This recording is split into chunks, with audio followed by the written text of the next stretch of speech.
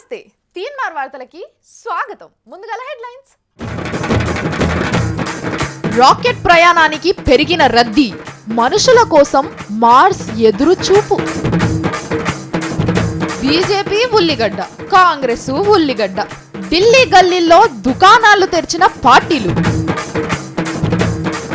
తెలంగాణలో తెగిపోయిన గాలిపటం, రాజకీయ సుడిగుండాల్లో తమ్ముళ్ళ ఈదులాట. టొమాటోతో చంపేస్తా, కామెడీ ఫెస్టివల్ కథా కమిషన్. రూట్ మార్చిన ఘరానా దొంగలు, చైన్ స్నాచింగ్ ప్లేస్ లో కుక్కల వేట. ఉల్లి చేసిన మేలు తల్లి కూడా చేయదంటారు. ఈ మేలు జనానికి అనుకునేరు. కాదు కాదు, ఇదే ఉల్లి ఇప్పుడు పార్టీలకి మేలు చేస్తుంది. బీజేపీ వాళ్ళు ఉల్లిగడ్డనే అంటారు, అటు కాంగ్రెస్ వాళ్ళు ఉల్లిగడ్డనే అంటారు. కళ్ళు మండుతున్న ఉల్లిగాటు మాత్రం ఢిల్లీలో హల్చల్ చేస్తుంది. ఇంతకు ఈ పార్టీలకు ఉల్లి చేస్తున్న మేలేందో ఎరక కావాలనంటే ఈ స్టోరీ చూడవలసింది. మన దేశంలో రాజకీయాలు చూసి బయట దేశం వాళ్ళు నవ్వుకుంటుండొచ్చునా? ఎందుకు నవ్వుకోరలే, మనోళ్ళు చేస్తున్న చిత్ర విచిత్రాలు అట్లనే ఉంటాయి. మళ్ళా ఉల్లిగడ్డ ధర పెరగంగానే ఉల్లిగడ్డతోని రాజకీయాలు చేస్తారు, బియ్యం ధర పెరగంగానే బియ్యంతోని, బంగారం ధర పెరగంగానే బంగారంతోని రాజకీయాలు చేస్తారు. ఈ ఏడాది చివరిలో దేశంలో కొన్ని రాష్ట్రాలల్లో ఎలక్షన్లు ఉన్నాయి కదా, అగ్గో అవిట్లల్లో ఎట్లనైనా గెలవాలని ఢిల్లీలో కొత్త డ్రామా షురు చేసిండ్రు. ఉల్లిగడ్డ దుకాణం తెరిచి 25 రూపాయలకే కిలో చొప్పున అమ్ముతుండ్రు బీజేపీ వాళ్ళు. జనం ఊకుంటారా అగ్వగ్ దొరుకుతుంటే? ఎగవాడు వచ్చి బీజేపీ వాళ్ళ దుకాణంలో ఉల్లిగడ్డలు కొనుక్కుంటుండ్రు. అమ్మా మీరు గిట్ల చేస్తారా, అయితే మేము కూడా దుకాణాలు పెడతామని కాంగ్రెస్ వాళ్ళు కూడా ఉల్లిగడ్డ దుకాణాలు పెట్టిండ్రట. 150 దుకాణాలు పెట్టి 50 రూపాయలకు కిలో చొప్పున అమ్ముతుండ్రంట. ఈల తాన 50 రూపాయలు, పూగుర్తోల తాన 25 రూపాయలే ఆయే. ఇక గిరాకీ ఎటు పోతుందో మీ అందరికీ ఎరకనే ఉంటుంది.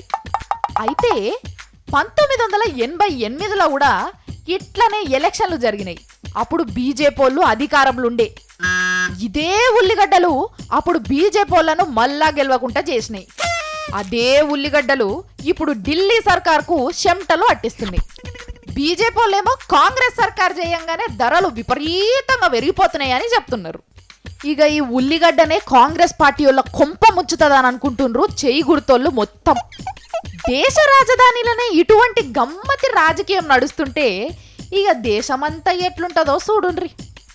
ఏదన్నా మోసం జరిగితేనే అన్ని పార్టీలు దాన్ని ఆల్ చేసిండ్రు ఈల్ చేసిండ్రు అని చెప్పుకుంటా ఓట్లు రాలగొట్టుకునే పని చేస్తాయి. కానీ మరి ఢిల్లీ ప్రజలు కూడా మంచిగా గ్రహించిండ్రే అనుకో, 2 పార్టీలు బుక్ అయితే చూడుండ్రి. ఆడు ఆమ్ ఆద్మీ పార్టీ అని ఒకటి ఉంది, వాళ్ళు కూడా ఉల్లిలొల్లి కథ ఉన్నదున్నట్టు చెప్పానంటే మీ 2 పార్టీల పని అవుతుంది జాగ్రత్త అంటుండ్రు అభిమానులు. కానీ ఇవేం రాజకీయాలు సారు?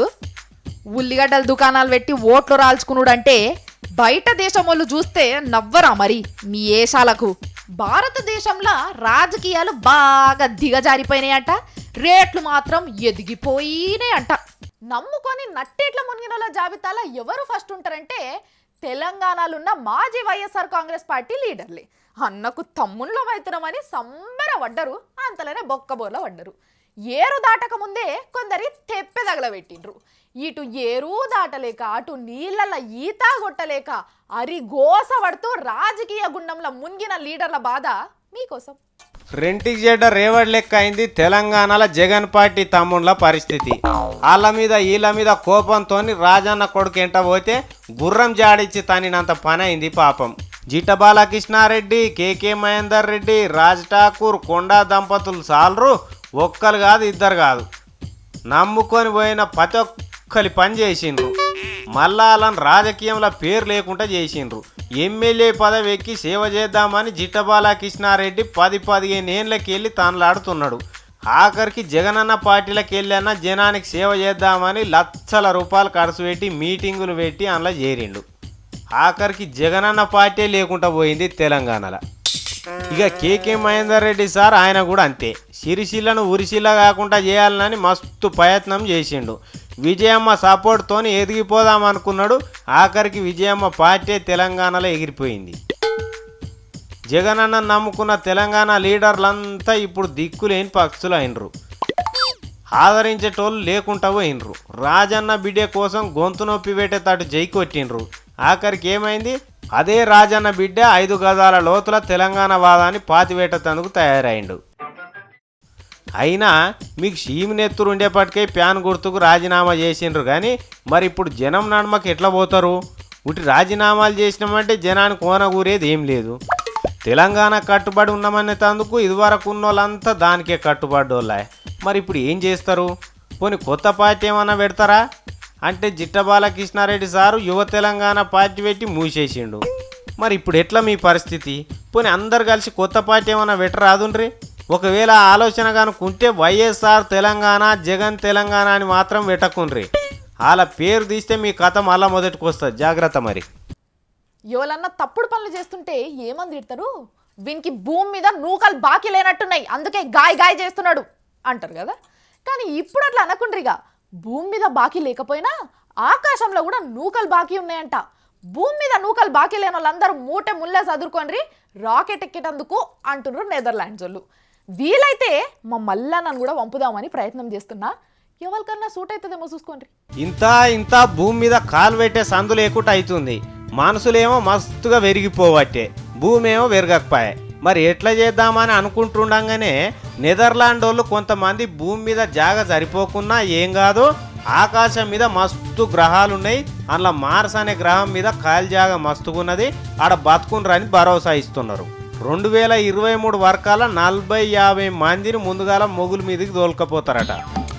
అయితే ఆకాశం మీద ఉండే భూమాసం వంటి దాని మీద బతకాలంటే చాలా మందికి మస్తు భయం అవుతుంది. కానీ మన దేశం వాళ్ళు దాదాపు 1800 మంది మేం పోతామని తయారవుతున్నారట. అందులో కూడా బెంగళూరు వాళ్ళే ఎక్కువ మంది పోతా అంటున్నారట. అయితే తీసుకపోయేటోళ్ళు ఏం చెప్తున్నారంటే తీసుకపోవడే మా బాధ్యత, మళ్ళా తీసుకొచ్చుడు మాత్రం ఉండదంటున్నారు. ఒకవేళ అయ్యో మా ఊరికి పోతా మా వాళ్ళ మీద జీవి గుంజుతున్నదంటే ఎవ్వలినరు, సత్యదాకా ఆడనే ఉండాలి. అట్లయినా పోతాం ఏం కాదు అనుకుంటే వాళ్ళు ఉంటే మార్స్ 1లా దరఖాస్తు చేసుకోండి. దరఖాస్తు చేస్తున్నంత మాత్రాన ఎంపికైనట్టు కాదు సుమా, అందులో కూడా 4 రౌండ్ల ఇంటర్వ్యూలు ఉంటాయి. మొత్తం 40 మందిని బయటికి తీస్తారు. ఇదంతా ఇంకొక 2 ఏళ్ళలా పూర్తి చేస్తారట. ఇక మళ్ళీ 8 ఏళ్ళు శిక్షణ ఇస్తారట. అంటే ఎట్లా బతకాలి ఆ గ్రహం మీద, ఏం చేయాలి, బయటి గ్రహం మీద అభివృద్ధి ఎట్లా చేసుకోవాలి అంతా నేర్పిస్తారట. ఆ తర్వాతనే పైకి పంపుతారట. పోతారు. కానీ మరి గాలి, నీళ్లు, అన్నం ఎట్లా అనుకుంటురా? అబ్బా ఈడ ఏమేమి ఉన్నాయో ఆడ కూడా అవన్నీ ఏర్పాట్లు చేస్తున్నారట. మరి పోయేటందుకు పైసలు కట్టవలసిన పని లేదు, మొత్తం తీసుకుపోయేదాకా పెరిగినే ఉంటుంది. అయితే ఇట్లా తీసుకుపోయే కథను టీవీలలో చూపిస్తారు కదా, అట్లా చూపించిన వాళ్ళే పైసలు ఇస్తారన్నట్టు. కానీ ఎట్లున్నా చూడుండ్రి మార్స్ గ్రహం మీదకి యాత్ర. పోయేది ఉంటే పోరి, మరి మీరు కూడా ఛాన్స్ ఉంటే మా రాములమ్మని పంపాలి. మా చిట్టెమ్మ గారికి ఈ మధ్య భక్తి ఎక్కువ అయిపోయింది. తీర్థయాత్రలు తిరిగి వస్తా అని వారం రోజుల కింద పోయింది, మరి వాళ్ళు వస్తుందంట.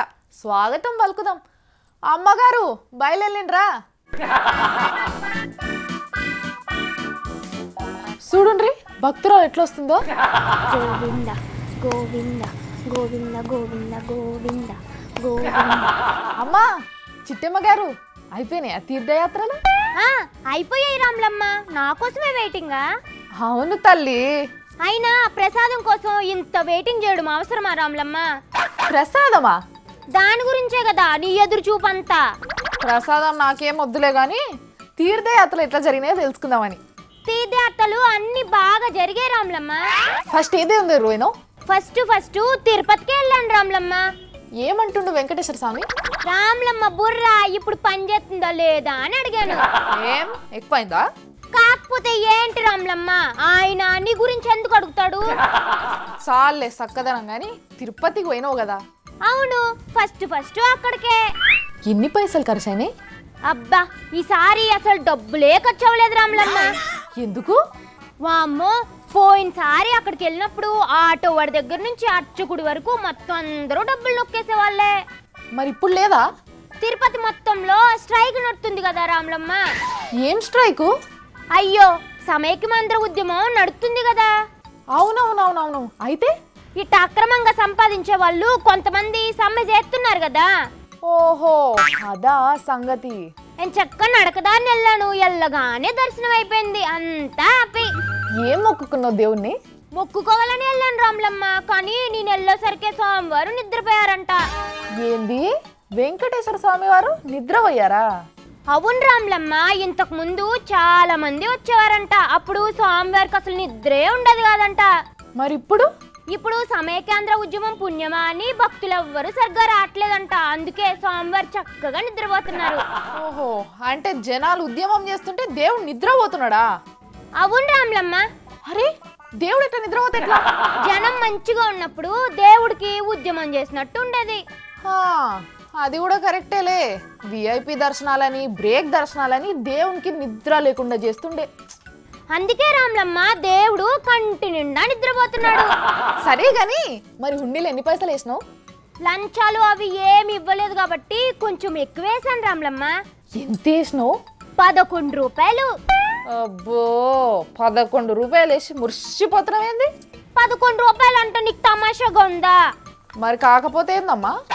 ఏదో లే రాములమ్మ, తోచినంత వేసాను. అదన్నట్టు మన తిరుపతి ఎంకన్న దర్శన విశేషాలు, మన చిట్టెమ్మ తీర్థయాత్రల సంగతి. కూరగాయల ధరలు ఎట్లున్నాయి పెద్దమ్మ మన తానా? మస్తు పిరమైనాయి కదా.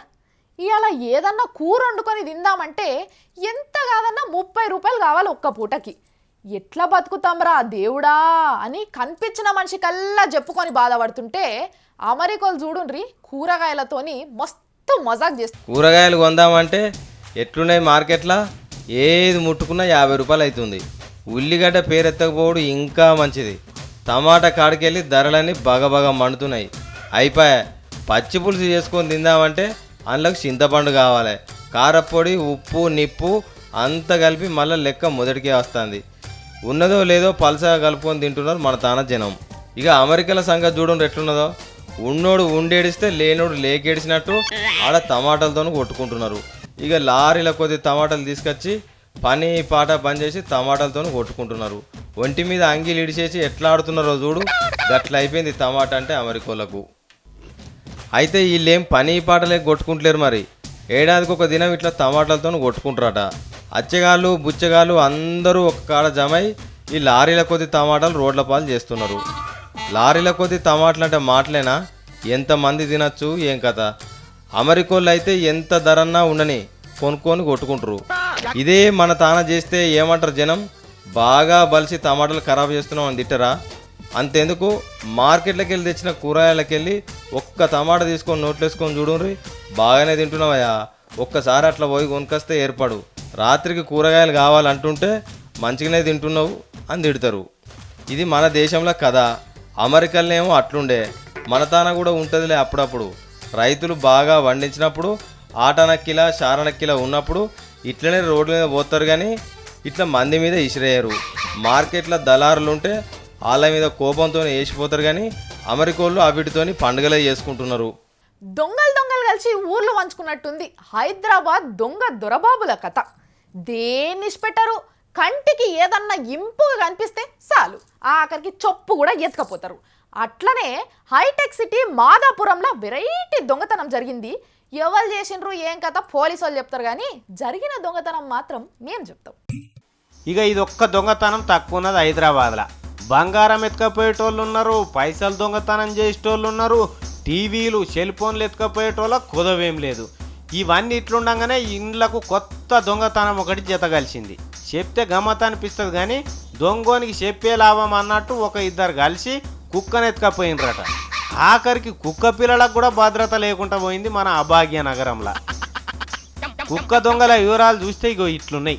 హైదరాబాద్ సిటీ మాదాపురం ఉన్నది కదా, ఆ ఏరియాలోనే ఇమేజ్ ఆసుపత్రి అని ఒకటి ఉంటుంది.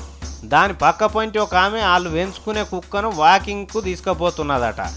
ఆయనతో అప్పుడే ఇద్దరు పోరగాళ్ళు బండి వేసుకొని ఆడికి వచ్చిండ్రట. కుక్క పిల్ల ముద్దుగా ఉన్నదని ఎత్తుకున్నారట. ముద్దు ఆడతారేమోనని ఆమె గొలుసిడిచి పెట్టిందట. ముద్దు పెట్టినట్టే పెట్టి కుక్కను ఎత్తుకొని బైక్ మీద ఉరికిండ్రట ఆ పోరగాళ్ళు. చూడు ఎట్లున్నదో కథ. ఇక లబో దిబోం అనుకుంటా ఆడనే ఉన్న మాదాపురం పోలీసు వాళ్ళకి పోయి చెప్పిందట ఆమె. ఇంకేంది, పోలీసు వాళ్ళు కుక్కల కోసం ఎత్తుకులాట సురువు చేసిండ్రట. బండి స్టార్టింగ్లో ఉంది. అయితే అబ్బాయి ఇక్కడికి వచ్చేసి అచ్చుటాగా అనేసి ఇక్కడ నుండి అక్కడ పట్టుకొని పోయి స్టార్టింగ్ ఎత్తుకున్నాడు తీసుకెళ్ళిపోయాడు. అంటే ఆమె కుక్కర్ తీసుకొని రోజు వస్తుంది ఎక్కడికి? డైలీ వస్తుంది. డైలీ వస్తుంది. డైలీ వస్తుంది. వాకింగ్ తీసుకొచ్చింది. అప్పుడు ఇద్దరు వచ్చారా ఒకరు వచ్చారా? ఇద్దరు వచ్చారంట. ఇద్దరు వచ్చారు బైక్ మీద బైక్ మీద వచ్చి. ఎన్నడన్నా ఇన్నరా ఇటువంటి దొంగతనం? ఆఖరికి దొంగలు కుక్క పిల్లలను కూడా ఇడిచిపెడతలేరంటే రేపు ఏం మిగిలనిస్తారో ఏమో అంటున్నారు పబ్లిక్. చిన్నప్పటి నుంచి పెంచుకున్న కుక్క పిల్ల కనిపించకపోతే ఎవ్వరికైనా బాధనే ఉంటుంది, కానీ కుక్క పిల్లలకు కూడా వాకింగ్ అవసరమా అంటున్నారు ఇంకో దిక్కు జంతు ప్రేమికులు. ఎత్తుకపోయిన కుక్కనైతే ఎవరైనా సాదవలసిందే, లేకపోతే ఎవరికైనా అమ్ముకోవాల్సిందే. కానీ పెంచిన వాళ్ళకి ఎంత బాధ ఉంటుందో కూడా అర్థం చేసుకోవాలి కదా. మీకు కావాలంటే హైదరాబాద్లో గల్లీకి 100 కుక్కలు ఉంటాయి. పోయి నా కుక్కనే దొరికిందా అనుకుంటా బాధపడుతున్నారు బాధితులు. వీళ్ళకి జరిగిన కుక్క పిల్ల మోసం చూసిండ్రు కదా, మీరు కూడా జాగ్రత్తగా ఉండుండ్రి. కుక్క పిల్లల దొంగలు కూడా తయారైనరు హైదరాబాద్లో.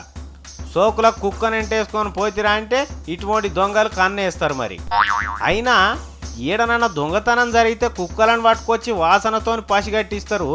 అటువంటిదే ఇప్పుడు కుక్కలనే ఎత్తుకపోతున్నారు. కుక్క ఆసూకి ఇంకో కుక్కను రంగంలోకి దించితే కూడా దొరుకుతుందో ఏమో మరి. రాకెట్ ప్రయాణానికి పెరిగిన రద్దీ, మనుషుల కోసం మార్స్ ఎదురు చూపు. బీజేపీ ఉల్లిగడ్డ, కాంగ్రెస్ ఉల్లిగడ్డ. ఢిల్లీ గల్లీల్లో దుకాణాలు తెరిచిన పార్టీలు. తెలంగాణలో తెగిపోయిన గాలిపటం. రాజకీయ సుడిగుండాల్లో తమ్ముళ్ళ ఈదులాట. టొమాటోతో చంపేస్తా, కామెడీ ఫెస్టివల్ కథా కమిషన్. రూటు మార్చిన ఘరానా దొంగలు. చైన్ స్నాచింగ్ ప్లేస్ లో కుక్కల వేట. ఇగో ఇవి ఇయాలటి వార్తలు. మరి చూసిరు కదా, మళ్ళా రేపు సరేనా? చూస్తానే ఉండే 26.